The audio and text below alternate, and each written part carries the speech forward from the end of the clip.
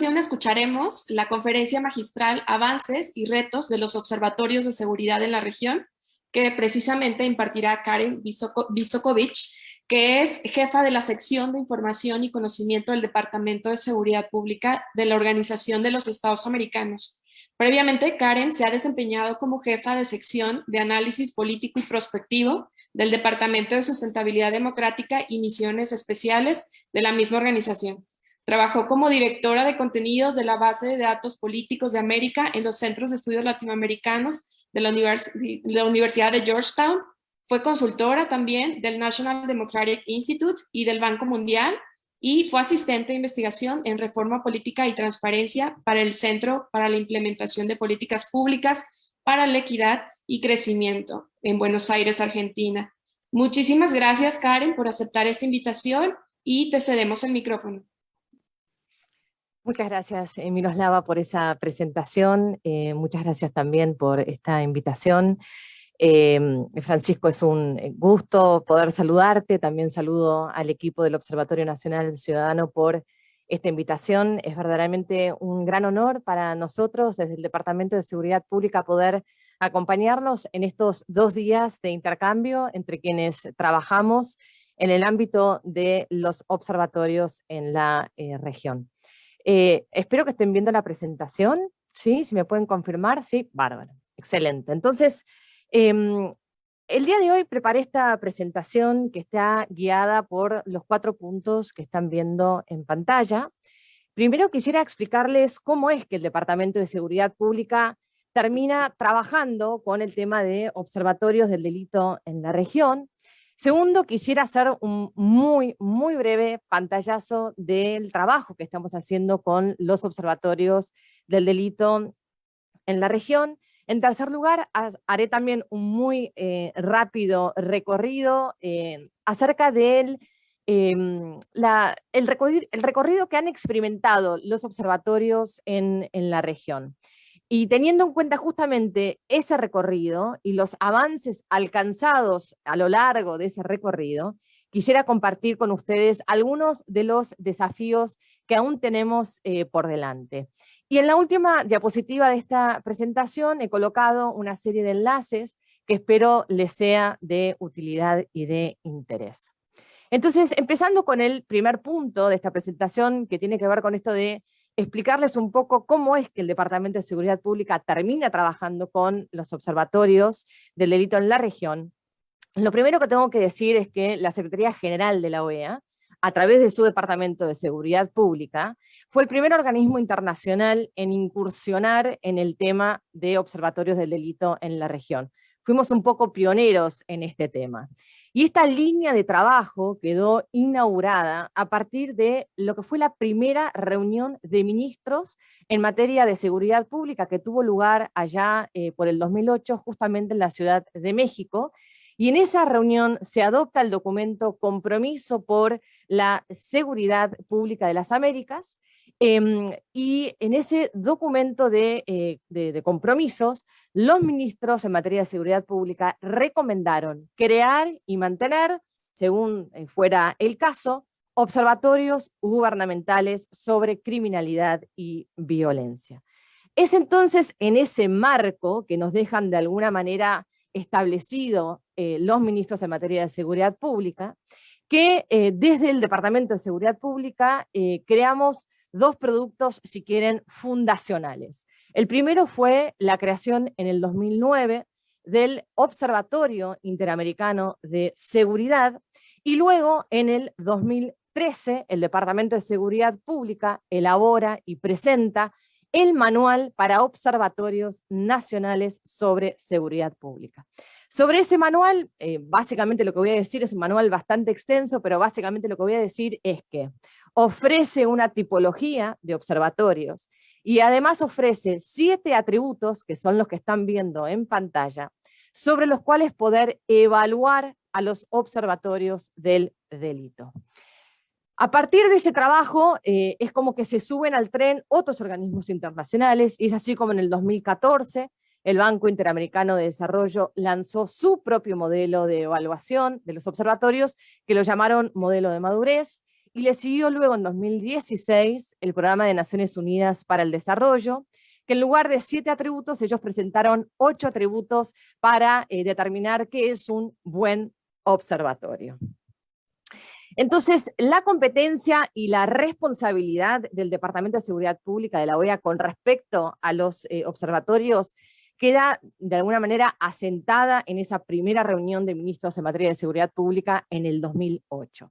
Pero luego vienen otras 2 recomendaciones en subsiguientes reuniones de ministros que de alguna manera renuevan nuestra competencia y responsabilidad en el tema.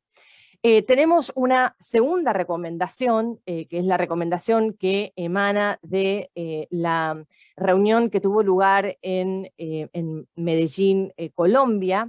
En esta reunión, esta fue la 4ª reunión de ministros en materia de seguridad pública. Hay una recomendación que particularmente se enfoca en la cuestión de observatorios, que es la recomendación número 6, que está formulada de una manera muy similar a esa primera recomendación que emana de la primera reunión, y nos habla un poco de, los ministros nos dicen, recomiendan fomentar nuevamente la creación y el fortalecimiento, según sea el caso, de observatorios de la delincuencia y de la violencia. Y más recientemente recibimos una tercera recomendación por parte de los ministros en materia de seguridad pública. Esta recomendación emana de lo que fue la 6ª reunión de ministros en materia de seguridad pública que tuvo lugar en San Pedro Sula, en Honduras, en 2017, y es la recomendación número 8. Y esta recomendación nos dice, o nos da a nosotros como departamento, la sugerencia de crear una red interamericana de observatorios del delito, bajo la cual nuclear, articular y apoyar el trabajo de los observatorios de la región. Entonces, bueno, déjenme ahora pasar al segundo punto. Ya les conté un poco cómo es que nosotros terminamos trabajando con el tema de observatorios, y ahora les voy a contar muy a vuelo de pájaro qué es lo que estamos haciendo en materia de observatorios desde el Departamento de Seguridad Pública. El trabajo nuestro en materia de observatorio se puede organizar en 2 grandes líneas de acción. Una primera línea de acción que está enfocada en el Observatorio Interamericano de Seguridad, y una segunda línea de acción que está enfocada en esa red o en esa comunidad interamericana de seguridad que de alguna manera nos recomendaron los ministros en esa 6ª reunión. Con respecto a lo que es el Observatorio Interamericano de Seguridad, en el 2016 nosotros como departamento tuvimos que enfrentar una decisión estratégica. Y tuvimos 2 posibilidades acá. Una posibilidad era asumir el liderazgo y darle continuidad al proyecto del Sistema Regional de Indicadores Estandarizados de Seguridad y Convivencia Ciudadana, que fue un proyecto en su momento impulsado y gestionado por el BID y CISALVA, o plegarnos al ciclo de recolección del estudio de Naciones Unidas sobre tendencias delictivas y funcionamiento de los sistemas de justicia penal, y colaborar con UNODC en lo que es la aplicación de los formularios de la CTS, como comúnmente se conoce a este estudio de Naciones Unidas, y aplicar estos formularios entre los Estados miembros de la OEA. Como se pueden imaginar, así como la OEA, hay un sinnúmero de otras organizaciones internacionales, regionales, bancos de desarrollo, agencias de desarrollo que están constantemente pidiendo información y datos a los países. Entonces, para no sobrecargar a los países, para no duplicar esfuerzos, dijimos, ok, nosotros como departamento y como observatorio lo que vamos a hacer es nos vamos a plegar al trabajo de UNODC y vamos a utilizar la CTS como la herramienta de recolección de datos estandarizados entre los Estados miembros de la OEA. Y como pueden ver en el gráfico, creo que esta relación ha sido muy fructífera. En los últimos 2 años, 2019 y 2020, hemos logrado que 31 de los 34 Estados miembros de la OEA respondieran a ese cuestionario. Para que conozcan un poco más esta herramienta de la CTS, la CTS está conformada por 2 archivos, un archivo de datos y un archivo de metadatos. Es un archivo que se aplica todos los años, es una recolección anual. En esos dos archivos que les acabo de mencionar, en el archivo de datos, a su vez, tenemos dos tipos de variables. Hay un tipo de variable que es anual, es decir, que se recolecta todos los años, y hay un tipo de variable que es rotativa, que se colecta según el año, si es par o impar. Y estas variables en el archivo de datos están organizadas en secciones. Hay 6 secciones en los años pares y 7 secciones en los años impares. La CTS es un instrumento bastante complejo al momento de recolección, porque implica la coordinación y la articulación entre por lo menos 5 fuentes de información: policía, Ministerio Público o Fiscalía, tribunales, prisiones, oficinas nacionales de estadística y alguna otra agencia que, dada la ingeniería institucional en el ámbito de justicia penal de cada país, puede estar participando. Así que, como se pueden imaginar, es una herramienta bastante compleja de implementar, y muchas veces nosotros desde el observatorio terminamos haciendo como esa articulación entre las diferentes fuentes de información.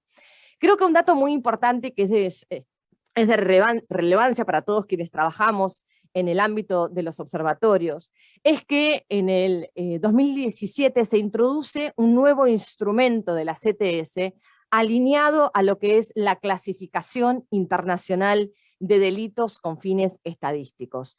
Y esto obviamente lo que ha posibilitado es una mayor comparación tanto al interior de los países a lo largo del tiempo, particularmente para países federales como puede ser México, Brasil, Argentina. La clasificación internacional ha permitido de alguna manera homologar las definiciones de delitos entre gobierno federal y gobiernos estaduales, provinciales o departamentales, y también ha permitido la comparabilidad entre países también a lo largo del tiempo. Y en lo que respecta al ciclo de la recolección, creo que también es importante, respecto al trabajo de los observatorios, mencionarles que lo nuestro no es meramente una tarea logística de decir, ok, mandamos los cuestionarios, hacemos seguimiento, recolectamos y actualizamos el observatorio. No, sino que en ese ciclo hay una instancia en donde nosotros revisamos los formularios que los países nos envían, y los revisamos según 2 atributos de calidad: completitud y consistencia. Y sobre esa revisión nosotros hacemos una devolución a los países para de alguna manera contribuir a una mejor calidad de los datos que nos entregan a través de la CTS. Ahora voy a ir a lo que sería la segunda línea de acción del Departamento de Seguridad Pública con respecto a los observatorios. Y esta segunda línea de acción, la verdad es que es una respuesta directa a esa recomendación número 8 que les mencionaba, que fue sugerida por los ministros en materia de seguridad pública en su 6ª reunión celebrada en San Pedro Sula, Honduras, en 2017, y es realmente esa recomendación la que termina reactivando el trabajo del Departamento de Seguridad Pública en relación con los observatorios del delito y de la violencia en la región. En lugar de llamarla red, la hemos llamado comunidad, y esto es por una estrategia que venimos implementando. Ya hemos creado 3 comunidades: la comunidad sobre sistemas de emergencia y seguridad, la comunidad de analistas criminales, y bueno, y también entonces la comunidad interamericana de observatorios del delito. Y podemos entender a la comunidad como un espacio de encuentro, como un espacio de interacción, como un espacio de pertenencia de todos y todas quienes trabajan en el ámbito de los observatorios, así como también un espacio de referencia y de consulta. Es así como quienes forman parte de esta comunidad pueden acceder a una variedad de recursos que son los que están viendo en pantalla, y básicamente son 6 tipos de recursos que estamos ofreciendo. Primero, un directorio con las fichas de información o con las fichas de presentación de los miembros de la comunidad, y de esta manera podemos saber que, y yo sé que comparado con el trabajo del Observatorio Nacional Ciudadano y la red que han creado con 33 organizaciones, nosotros hemos creado nuestra comunidad el año pasado, así que venimos a paso lento, pero bueno, ya tenemos 18 observatorios registrados de manera oficial y formal. De esos 18 observatorios, lo que podemos decir es que vienen de 13 estados miembros diferentes. 14 son gubernamentales, 4 son no gubernamentales, 10 operan a nivel nacional y 8 operan a nivel subnacional. Además de ese directorio, en el círculo número 2 van a ver que tenemos 3 comunidades de práctica sobre temas que son de interés para los propios miembros de la comunidad. En el círculo número 3 van a ver que contamos con un calendario. Este calendario ofrece y centraliza actividades, eventos, cursos de capacitación y de especialización. No únicamente organizados por el Departamento de Seguridad Pública. La idea es que acá los observatorios miembros, las organizaciones socias, puedan también usar este calendario para dar a conocer sus actividades, eventos y cursos de capacitación y especialización. También tenemos en el círculo número 4 una biblioteca. Esta biblioteca ofrece una serie de materiales, manuales, guías, metodologías, normas, estándares y procesos, e informes que elaboran los propios observatorios que forman parte de la comunidad. Y estamos queriendo avanzar en 2 recursos adicionales: una batería de indicadores y de datos estandarizados para la elaboración conjunta de informes temáticos sobre la base del análisis entre, obviamente, los miembros de la comunidad, y un banco con una sistematización de lecciones aprendidas y de prácticas prometedoras a partir de la propia experiencia de los observatorios del delito y la violencia en la región. También comentarles que esto es importante, me olvidé, les mencioné los 6 recursos, ¿no? Y estos 6 recursos de alguna manera están guiados para alcanzar 4 objetivos. El primer objetivo tiene que ver con el intercambio, la transferencia de información, de experiencias y de conocimiento entre pares, lograr también el aprendizaje constante y continuo, también entre pares. O sea, hay como toda una dinámica vertical, una dinámica horizontal que le queremos dar a esta comunidad.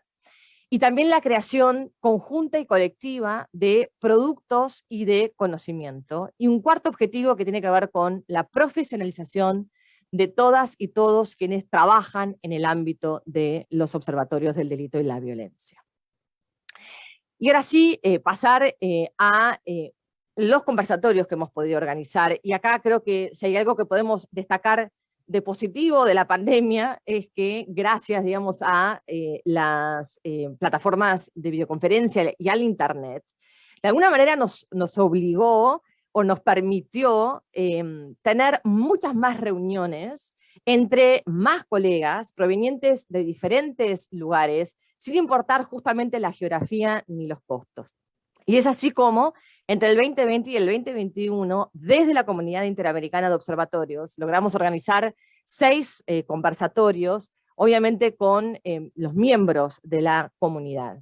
Hemos definido un paquete estándar de materiales a crear para cada conversatorio, conformado por una nota conceptual o documento marco, una agenda, una biografía de los y de las panelistas, las presentaciones y la grabación del evento. Y todo este paquete de materiales está también disponibilizado a través de la comunidad. Para algunos conversatorios hemos podido crear resúmenes ejecutivos, para otros una sistematización de recomendaciones, para otros también hemos logrado sugerir una serie de apoyo bibliográfico adicional. Y además hemos creado, como ya les había mencionado, en el círculo número 2 de la diapositiva anterior, 3 comunidades de práctica, una sobre sistemas de cámaras de videovigilancia, otra sobre georreferenciación y análisis geoespacial del delito, y una tercera sobre análisis predictivo. Estas 3 comunidades de práctica nacen como resultado de una serie de conversatorios que organizamos en conjunto con la CAF, el Banco de Desarrollo de América Latina, bajo el eje temático de seguridad y tecnología, que esperamos seguir con ese tema en el 2022. Y podemos entender a estas comunidades de práctica como el espacio común, conformado de manera voluntaria por un grupo de personas que comparten una misma preocupación, una misma pasión, un mismo interés acerca de un tema muy específico y sobre el cual quieren profundizar su conocimiento, la gestión, la práctica respecto a ese tema, a partir justamente del intercambio y la interacción regular y continua. Y es justamente ese tipo de dinámica la que nosotros queremos facilitar y provocar con la creación de estas comunidades de práctica. Voy a pasar ahora a lo que sería el tercer punto de esta presentación, que tiene que ver con esta evolución que experimentaron los observatorios del delito en la región de América Latina y el Caribe. Y me voy a basar en una publicación del Banco Interamericano de Desarrollo que fue publicada allá por octubre del 2014 y que seguramente todos y todas conocen, que es esta publicación que observan los que observan el delito. Y en esta publicación, Jorge Sroor y el resto, digamos, de los autores nos dicen que los observatorios del delito en la región fueron creados desde básicamente tres enfoques: un enfoque criminológico, un enfoque epidemiológico y un enfoque cultural. En la actualidad uno puede ver que los observatorios están combinando estos enfoques, es decir, que no son mutuamente excluyentes. Así que podríamos también pensar en un cuarto enfoque, que sería un enfoque híbrido. La publicación también nos habla de que la creación de los observatorios se puede, si quieren, organizar en tres olas sucesivas. Las principales diferencias entre esas tres olas de creación de observatorios del delito en la región de América Latina y el Caribe se puede identificar a partir de cuatro elementos. Un primer elemento que tiene que ver con la fuerza impulsora que está detrás de la creación de los observatorios. Y acá básicamente tenemos dos opciones respecto al origen de esa fuerza impulsora. Si esa fuerza impulsora es endógena, doméstica, es decir, si viene desde adentro del propio país, o si es una fuerza exógena que viene desde afuera del país. Relacionado con esta fuerza impulsora, también podemos pensar en la dirección de esa fuerza impulsora, es decir, si viene de arriba hacia abajo o de abajo hacia arriba. Otra diferencia entre las tres olas es la manera en que se han propagado los observatorios. Y acá tenemos básicamente dos posibilidades: si por réplica, si por copia, si quieren una dinámica más inductiva, versus una propagación por expansión, que sería más una lógica como deductiva. Y también hay una cuarta diferencia que tiene que ver con el rol que jugaron las organizaciones internacionales en este proceso de creación de los observatorios del delito. Y acá básicamente podemos tener dos roles: un rol de organizaciones internacionales como protagonistas, como impulsoras de los observatorios, y por ende esta manera de propagar por expansión. Y por otro lado tenemos un rol más de apoyo, ¿no? De soporte secundario, apoyando justamente el liderazgo de los gobiernos nacionales o subnacionales o de la sociedad civil para la creación de observatorios. Y hay un tercer rol, que en realidad no es un rol, es una ausencia de rol, pero creo que también deberíamos mencionarlo, porque hubo una etapa en donde, a mi entender, hubo una ausencia del rol de las organizaciones internacionales con respecto a los observatorios del delito y la violencia. Y hay quienes argumentan que hoy nos encontramos en una cuarta ola de creación de observatorios del delito y la violencia. Y que en esta cuarta ola de creación tenemos observatorios que están más enfocados temáticamente en determinados tipos de delitos o de violencias, como pueden ser crimen organizado, y más específico dentro del crimen organizado, delitos específicos, pueden ser, por ejemplo, todo el tema de extorsión, de secuestros, en el caso de violencia, observatorios enfocados en lo que es la violencia contra mujeres. Y además de esta focalización temática, hay una focalización territorial, como son observatorios mucho más locales, generados a nivel local. Y otro elemento diferenciador respecto a esas tres olas anteriores de creación, que ya lo empezamos a ver en la segunda ola, pero creo que en esta, si es que hay una cuarta ola, creo que hay una mayor profundización de lo que es el impacto de las tecnologías de la información y la comunicación, que justamente están permitiendo incorporar nuevas herramientas para la recolección de información, como pueden ser, por ejemplo, las cámaras de videovigilancia o las alarmas comunitarias, así como también nuevas herramientas para el procesamiento y el análisis de los datos.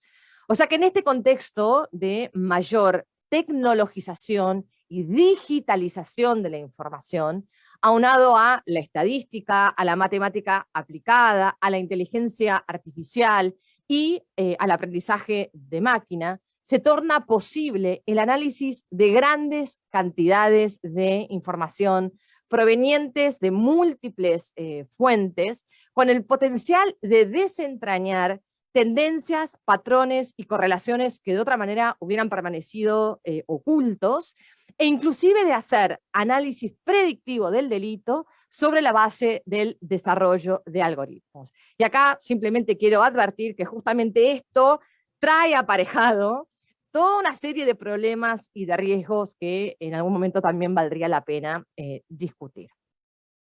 Entonces, independientemente de si estamos o no en una cuarta ola de creación de observatorios, el camino que hemos recorrido es un camino realmente largo, que arrancó allá por los 90, entonces pienso que es un buen momento para hacer un balance, ¿no?, de ese camino recorrido, y ver quiénes al final hemos quedado, quiénes murieron en el camino, quiénes surgieron después de esa tercera ola. Y justamente una de las primeras tareas del Observatorio Interamericano de Seguridad es hacer ese relevamiento, hacer ese reconocimiento de terreno de quién quedó, quién está, quién sigue trabajando, y elaborar un nuevo censo de observatorios del delito en la región, en línea con ese trabajo que en el 2014 elaboró el BID. Entonces, como parte de ese balance del camino recorrido, creo que un primer comentario es que es evidente el gran número de observatorios que han quedado o que han surgido, y además del gran número, la gran variedad que existe de observatorios del delito de la violencia en la región. Un segundo comentario en este ejercicio de balance es que la creación de observatorios en la región es posible entenderla desde dos dinámicas. Hay una dinámica que fue de corto plazo, impulsada por la necesidad de obtener resultados inmediatos, ya, muy reactiva al contexto, particularmente al contexto marcado por los ciclos políticos electorales y al interés y a las agendas con las que venían los organismos internacionales. Entonces, bajo esta dinámica, los observatorios fueron como una especie de moda.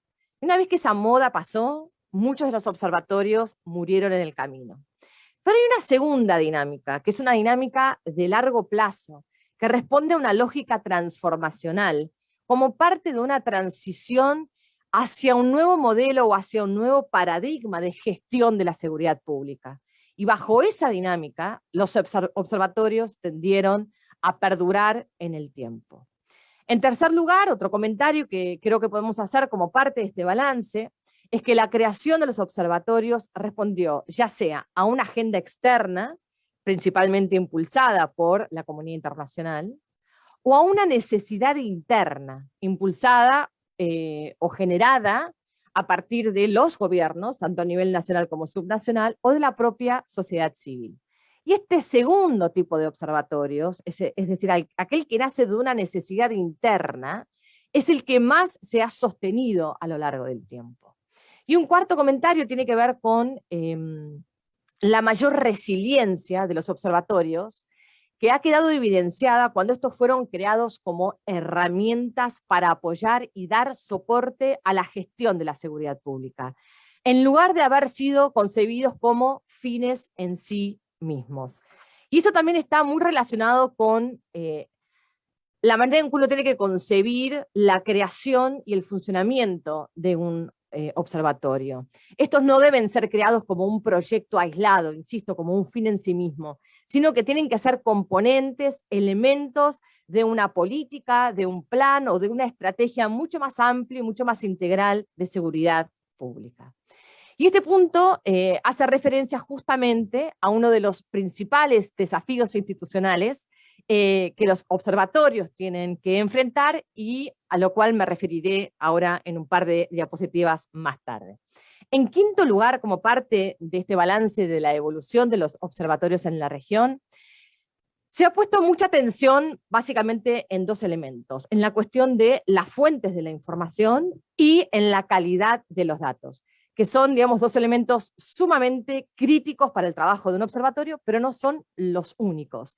Y un poco el haber enfocado nuestra atención en esos dos elementos ha venido en desmedro o ignorando y descuidando otros pasos, etapas o procesos que son también igualmente críticos para el funcionamiento de los observatorios, como es, por ejemplo, toda la parte del análisis, qué se hace con los datos, la difusión y el uso que se le da a los datos, a la información y al análisis que generan los observatorios, así como también al impacto que tiene el trabajo de los observatorios en lo que es el plano de la toma de decisiones, todo lo que es el círculo, el proceso de la política pública y el impacto en mejorar la calidad de vida de la población. Y este punto también está relacionado con uno de los desafíos que los observatorios enfrentan en lo que es el ámbito de la política pública, a lo cual también me referiré un poquito más tarde. Y antes de pasar a hablar acerca de los desafíos que enfrentan los observatorios del delito y de la violencia en la actualidad, me gustaría presentarles una radiografía de los elementos y procesos constitutivos que deberíamos tener en cuenta para entender el funcionamiento de un observatorio.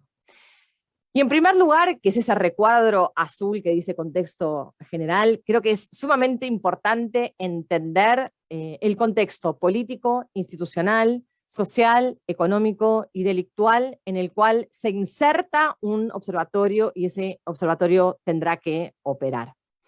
Segundo, deberíamos enfocarnos en los elementos definitorios, que son esos círculos, esas esferas que están debajo de contexto general. Esos elementos definitorios son aquellos que definen la naturaleza, el tipo de observatorio con el cual estamos lidiando, con el cual estamos trabajando.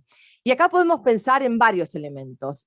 Primero, la esfera o ámbito de pertenencia, que pueden ser básicamente tres: gubernamental, no gubernamental o un híbrido, ¿no?, entre esos dos ámbitos. El nivel de operación o de cobertura de un observatorio, que puede ser internacional, que puede ser regional, como el caso del Observatorio Interamericano de Seguridad, que puede ser subregional, nacional o subnacional. El alcance o campo temático, y eso tiene que ver básicamente con el o los tipos de delitos y violencias sobre los cuales se estará enfocando el observatorio. El enfoque, y esto ya lo vimos anteriormente, si criminológico, epidemiológico, cultural o un híbrido. Su nivel de control en términos de, por ejemplo, más o menos centralización, más o menos concentración, más o menos autonomía legal y financiera. Y su declaración en términos de visión, misión, objetivos y valores. Además de estos elementos definitorios, también deberíamos enfocarnos en entender un conjunto de elementos que podríamos llamar elementos esenciales, porque son críticos para el funcionamiento de los observatorios. Y acá estamos hablando básicamente de 5 elementos esenciales. Uno que tiene que ver con contar con un recurso humano calificado y especializado, prestar mucha atención a lo que es la planificación o tener la capacidad de planificación y gestión, y tener definidos los roles y los procesos que son esenciales para el funcionamiento de un observatorio, contar con espacio y con equipamiento y con artículos de oficina adecuados para poder llevar a cabo el trabajo, contar con recursos informáticos y tecnológicos y obviamente contar con los recursos económicos necesarios. Y además de en 2 tipos de procesos. Serían los procesos centrales o críticos, que también hacen al funcionamiento de los observatorios, y procesos que podríamos llamar de soporte. Obviamente que al interior de cada tipo de proceso podríamos desagregarlos en una serie de pasos y actividades. Si nos enfocamos en lo que serían los procesos centrales, y esto es básicamente lo que nos permite a nosotros es definir y distinguir a un observatorio como tal. Es como que son, así como los elementos definitorios, son los procesos que definen y que son críticos para el funcionamiento de un observatorio. Y acá básicamente, sin entrar en mucho detalle, tenemos el proceso de recolección de datos, que incluye una etapa de verificación y validación de los datos, el proceso de análisis de los datos, que incluye una etapa de control de calidad, un proceso de elaboración de productos, que también debería incluir una etapa de validación y de calidad, y todo el proceso que tiene que ver con la comunicación, la diseminación y la visualización de los productos que genera un observatorio. Y para aquellos observatorios que tienen, si quieren, el mandato de trabajar en lo que es el plano de la política pública, también debería estar ahí el proceso de monitoreo y evaluación de las intervenciones diseñadas a partir de los datos, los diagnósticos y los análisis generados por el propio observatorio. Y entre los procesos de soporte hay varios, acá simplemente estoy mencionando 3, tienen que ver con procesos, por ejemplo, de administrativos y de gestión, procesos de soporte en todo el aspecto, digamos, informático, con especial énfasis en el respaldo, almacenamiento, protección y seguridad de los datos, y después toda la parte que tiene que ver con procesos de retroalimentación, de evaluación del desempeño y la gestión del observatorio, y de procesos para la mejora continua del trabajo de un observatorio. Entonces, con esa disección, nosotros también podremos pensar en que cada uno de esos elementos definitorios, esenciales, cada uno de los procesos centrales y soportes, lo podríamos usar de alguna manera como una matriz para pensar en los diferentes desafíos. El ejercicio que les voy a plantear ahora en términos de desafíos está organizado de otra manera, pero van a ver que está de alguna manera relacionado con esa matriz con base en esa radiografía de observatorios. Los observatorios enfrentan una gran cantidad de desafíos que pueden organizarse en varios ámbitos, que son los ámbitos que ustedes están viendo en pantalla. Desafíos en el ámbito institucional, desafíos en el ámbito técnico, en el ámbito operativo, en el ámbito informático y tecnológico, en el ámbito de los recursos humanos, en el ámbito de las relaciones institucionales y profesionales, en el ámbito político y en el ámbito de la política pública. Claramente necesito 3 horas más para hablar de los desafíos en todos los ámbitos, pero no se preocupen, me voy a enfocar en algunos desafíos del ámbito institucional, del ámbito de los recursos humanos, del ámbito relacional o de relaciones institucionales y del ámbito de la política pública. Con respecto a los desafíos en el ámbito institucional, de los 3 puntos que están viendo en la diapositiva, quisiera enfocarme en el tercero, que tiene que ver con el desafío de consolidar e institucionalizar a un observatorio, para que pueda sobrevivir justamente a esas 3 olas que han estado marcadas por cambios político-electorales, cambios en las agendas de los organismos internacionales, cambios en los liderazgos a nivel administrativo y gerencial de los observatorios. Y hay algunos elementos que pueden contribuir a ese proceso de consolidación e institucionalización de los observatorios. Primero, identificar, como ya vimos en esa radiografía o en esa disección de observatorios, cuáles son los procesos críticos que hacen al funcionamiento de un observatorio. Una vez que hemos identificado cuáles son esos procesos críticos, definirlos y protocolizar esos procesos críticos. Luego conseguir la viabilidad económica, también lograr la visibilidad técnica del observatorio, y esto es operando en el ámbito político, en el ámbito de la política pública y en el ámbito mediático o comunicacional, demostrar la utilidad y el impacto de los datos, de la información y de los análisis que genera el observatorio, y construir y mantener una red de relaciones. Como pueden recordar cuando les mostré esa diapositiva sobre la disección o la radiografía de un observatorio, uno de los primeros puntos que hice fue: hay que entender el contexto en el cual se inserta un observatorio al momento de realizar su trabajo. Un observatorio no opera en el vacío, sino que se encuentra rodeado de una variedad de actores. Muchas veces nos enfocamos en 2 o 3 actores, pero hay que tener en cuenta que es una red de actores y que la relación con los productores de datos, que creo que es una de las principales relaciones críticas de un observatorio, porque esa relación con los productores de datos es lo que le va a garantizar el acceso ininterrumpido a los datos primarios. No nos tenemos que olvidar que hay otros tipos de actores con los cuales se va a tener que relacionar un observatorio, manteniendo siempre o intentando mantener siempre su blindaje de objetividad, de neutralidad y de tecnicidad. Y además de esos productores de datos, hay otros actores que están operando en el contexto que pueden ser simultáneamente colaboradores del observatorio, pero también pueden ser usuarios y consumidores de los productos que genera un observatorio. Y acá me están apurando un poco, así que sobre lo que es los desafíos en el ámbito de los recursos humanos, acá creo que los dos objetivos que un observatorio, en términos muy generales, tiene que tratar de procurar es conformar equipos multidisciplinarios con personal calificado y especializado y evitar la fuga del talento humano. El recurso humano es el principal recurso con el que cuenta un observatorio. Por ende, hay que planificar y gestionar ese recurso. Y esto se puede hacer gracias a 5 políticas que son las que están viendo en pantalla. Y sobre esas 5 políticas hay que prestar especial atención a la política de selección, basándose en una definición de los perfiles que estamos buscando para el observatorio, y en una política de formación que sea constante, continua y sostenible en el tiempo. Y acá una advertencia muy breve con respecto a la tecnología, y a no dejarnos llevar un poco por el fetichismo de la tecnología y pensar que la tecnología resuelve todos los problemas, porque lamentablemente no es así. Con respecto a los desafíos de la política, respecto a los desafíos en el ámbito de la política pública, y este es el último punto que voy a hacer, cuando yo hablé de los datos y les dije hay que garantizar el acceso a los datos de calidad, eso estaba pensando, en lo que es el funcionamiento interno de un observatorio.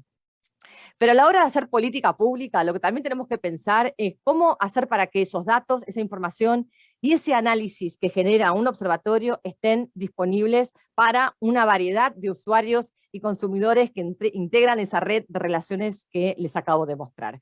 Y acá sí quisiera hacer especial mención a una serie de atributos en los que debería pensar un observatorio al momento de disponibilizar los productos que genera. Y eso tiene que ver con la accesibilidad de los datos, la información y el análisis, la facilidad con los que las personas usuarias y consumidoras pueden encontrar los datos, la información y el análisis, la utilidad que tienen, la utilidad del tipo de datos, información y análisis, y las desagregaciones de los datos que ese observatorio pone a disposición, la usabilidad de los datos, y esto básicamente tiene que ver con el formato de archivos accesibles, si permiten o no que sean posteriormente utilizados como insumos para el análisis, la investigación, el monitoreo y la evaluación, la oportunidad, que tiene que ver con cuán actualizados están, y la accionabilidad de los datos, la información y los análisis, que sean realmente elementos o productos que sirvan para la práctica, que sirvan para el diseño, que sirvan para el monitoreo, que sirvan para la evolución.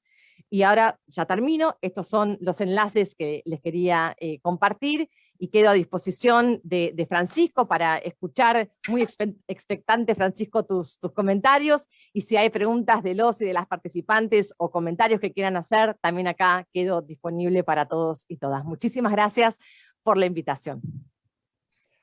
Muchas gracias a ti, Karen. De verdad es un gusto escucharte, y sobre todo es un gusto entender que sí hay un esfuerzo hemisférico por intentar entender los fenómenos delictivos, y a partir del fenómeno delictivo tú utilizaste una palabra importante, que es homogeneizar. Es muy difícil poder comparar lo que ocurre en México con lo que ocurre en otros países del mundo. Lamentablemente hay organizaciones y medios de comunicación que constantemente hablan y dicen México es el país más violento del mundo. La verdad es que tú lo sabes mejor que yo, y quienes nos dedicamos a analizar datos, México ni siquiera, a pesar de la grave crisis que es real que vivimos, ni siquiera es el país más violento de la región. Entonces, es importante que tengamos esa información, que como tú dices y como estaba cerrando ahorita, que sea una información asequible, entendible para todos, que esté en términos de algo muy puntual que se pueda entender para poder así construir algo. De tu plática hay dos cosas que me quedan como intranquilidad y creo que ese es el reto que tenemos. Los observatorios que son observatorios gubernamentales como los observatorios que somos civiles. Y esto es, pues que pese a que hay un esfuerzo y hay un interés por generar métricas y conocimiento de los problemas, poco tenemos todavía como efecto para demostrar resultados puntuales. Y eso es porque no necesariamente existen los incentivos para que una autoridad tome en consideración los datos que ellos mismos generan. Es decir, pues nosotros vivimos en un país en donde los datos oficiales no importan y tenemos otros datos que salen, quién sabe de dónde, en las mismas palabras del titular del Ejecutivo Federal, es decir, del presidente. El caso más dramático lo tuvimos tan solo hace una semana, cuando el presidente hablaba de disminuciones sobre bases, pues, incomparables entre sí, datos que no sabemos de dónde salieron, a pesar que el gobierno mexicano es uno de los gobiernos que más genera información en materia de seguridad. Entonces, ¿cuál es el pendiente que escucho en todo esto? Es, ¿cómo le hacemos para que esa información se transforme efectivamente en una política pública a servicio de los ciudadanos, a servicio de la mejora y de la construcción de instituciones? Porque evidentemente la crisis que vive la región, que es una crisis de homicidios dolosos, de feminicidios, de extorsiones, de desplazamientos forzados, de desapariciones, por centrarnos tal vez en los más graves, no se ha transformado necesariamente en esfuerzos locales, porque a la hora de construir las políticas públicas no hay evidencia que se tomen esos datos. Y tampoco para la construcción, ahora sí, de una política entre los gobiernos que entienda que el fenómeno delictivo pues no puede ser circunscrito a una definición política, o sea, es decir, a los territorios nacionales. La delincuencia transnacional, y aquí pues precisamente Siria también dará su aportación, y como uno de los integrantes de la Iniciativa Global contra la Delincuencia Organizada Transnacional, pues entendemos esos vasos de comunicación que tienen, que lo que ocurre en Colombia, lo que ocurre en Brasil, lo que ocurre en Venezuela, tiene efectos en Centroamérica, tiene efectos en México y al final acaba teniendo efectos también en Estados Unidos y Canadá. Entonces, es evidente que necesitamos construir respuestas, pero a nosotros sí nos preocupan algunas cosas. En los últimos 2 años nos hemos dado la tarea de analizar tanto el gasto en seguridad como la definición de las políticas públicas. Y la verdad es que ahí, insisto, el reto principal es los gobiernos generan información y no usan la información que hacen. Desde la OEA, ¿qué podemos hacer para que finalmente esa homologar información y ponerla de manera asequible sí se transforme en un insumo para luego obtener resultados? Lo que estamos tratando de hacer, Francisco, es justamente incentivar que las intervenciones estén basadas en información y en evidencia. Como todos y todas saben, lamentablemente la región carece de mucha evidencia y es así como terminamos importando intervenciones de otros países, de Estados Unidos, del Reino Unido, sin evidencia propia, o sea, utilizando la evidencia de estos países para decir, ok, funciona, y entonces los vamos a implementar. Y sin utilizar, como bien decís, todas estas fuentes de información que están, que por algún motivo, y hay varios que también podemos conversar, no se utilizan.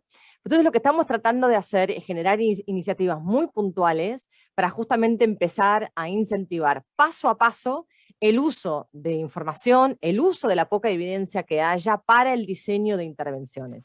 Y un ejemplo muy concreto es la plataforma para la prevención y reducción del homicidio intencional en la región.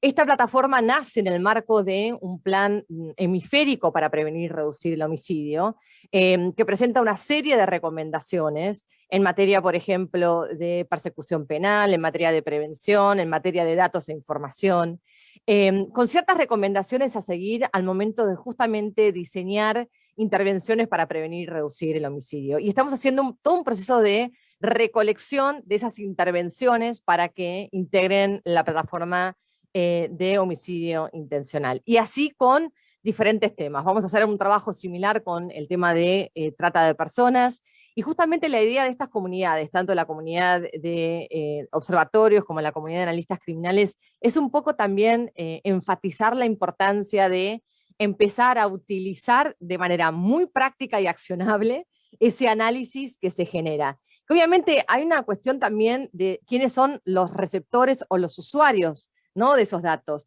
que no necesariamente a veces, si querés, entienden las estadísticas o entienden los análisis, están, digamos, más apretados por el corto plazo, por presentar resultados inmediatos, presentar resultados ya, y eso muchas veces, y siempre, digamos, también como muy posicionados dentro del modelo policial, lo cual también a veces dificulta el poder tener intervenciones que están más allá del plano policial. Que es importante la policía, sí, nadie va a discutir, que, o sea, sí es importante, pero hay otros elementos que hacen también a las intervenciones en materia de prevención y reducción del delito. Entonces, cuando yo hablaba de esto, de este cambio de paradigma, del modelo de gestión de seguridad pública, creo que hay algunos ejemplos muy buenos en cómo este modelo está más basado en la información, en la evidencia, en un enfoque mucho más integral y multidimensional del entendimiento de la seguridad. ¿Son escasos los ejemplos? Todavía sí, pero creo que entre todos y todas,